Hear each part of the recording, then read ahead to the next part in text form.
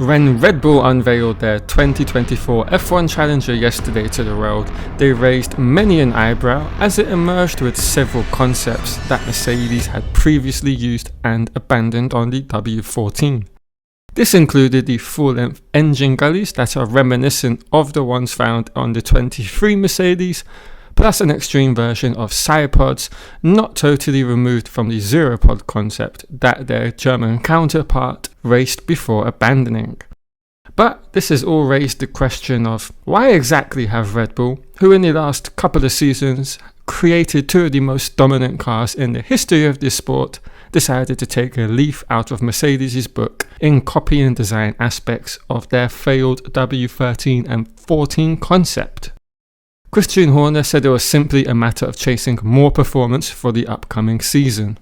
The car is an aggressive evolution of RB19, and of course that was the most successful car of all time in the history of the sport. But it just shows you can't be complacent in this business, and that's why I think the design team have done a great job in coming up with what looks, a very good evolution of RB19. So it's quite obvious the team, when running their data simulations, found a lot of performance by utilising some of the design concepts found on both the W13 and 14. Otherwise, the team would not have made such a bold decision in taking some of these concepts and placing them on the RB20. But there are subtle variations and differences between the design concepts found on both of these cars, and we're going to be breaking down what these subtle differences are. Starting off with the Sidepods.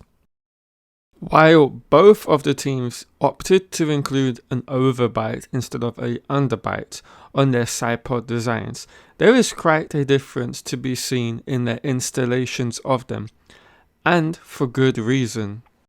When it comes to Mercedes and both the W13 and 14, they had their overbite detached from their overall Zeropod concept because, quite obviously, there is no Sidepod to attach it to, and they needed to implement this as part of their upper side impact structure.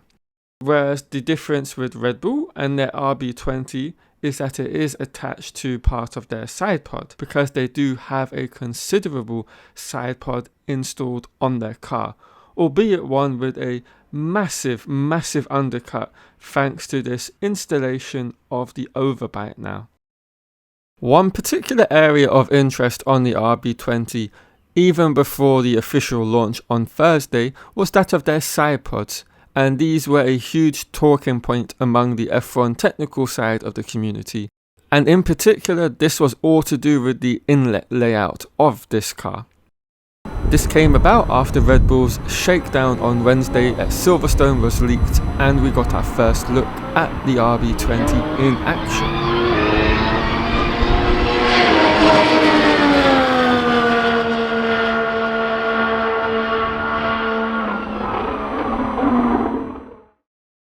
But thankfully, on Thursday we did end up getting shots of these inlets. But the inlet we did see on the launch car at the event isn't actually being used to cool the car. Oh no. Instead, it's the team's S-duct for the RB20. This is something that Ferrari have used over the past 2 seasons. As you can see, the positions on both the SF24 and RB20 are very similar. So now I guess you're wondering, well, where exactly is the Sidepod inlet then for all the cooling of the internals? Well, we have a 3D model of the RB20 that was on the Red Bull team's website, and thanks to that we were able to discover exactly where that is. As you can see, the inlet for all the cooling of the internals is in a much more traditional area of the Sidepods. So in closing, the vertical slot is being used as the S-duct, and somewhere which we can't currently see on the Sidepods is going to be an exit for it. And then under the overbite on the RB20 is where the inlet for the internals is. And one final point I would like to make on the Sidepods is the actual amount of space they've been able to free up this season with their undercut. As you can see, it's a drastically reshaped profile from that of the RB19, as you can see on the screen here.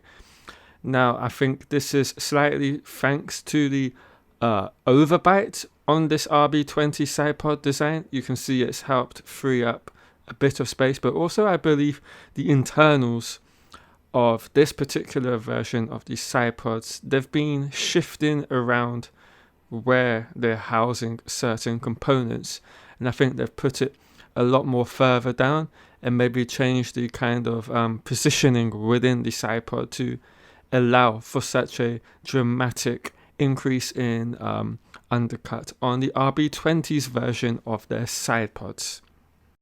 Before we move any further with the video, if you're enjoying the content, please consider subscribing to the Racing Edge, as I'll be covering all 3 days of pre-season testing this year, and of course all of the Grand Prix. Right, back to the video. Staying with the rear end of the car, we're going to move on to the engine cover, as Red Bull have introduced a new design for their RB20, and it might look familiar to you as it's something that was first seen on the W14 last season.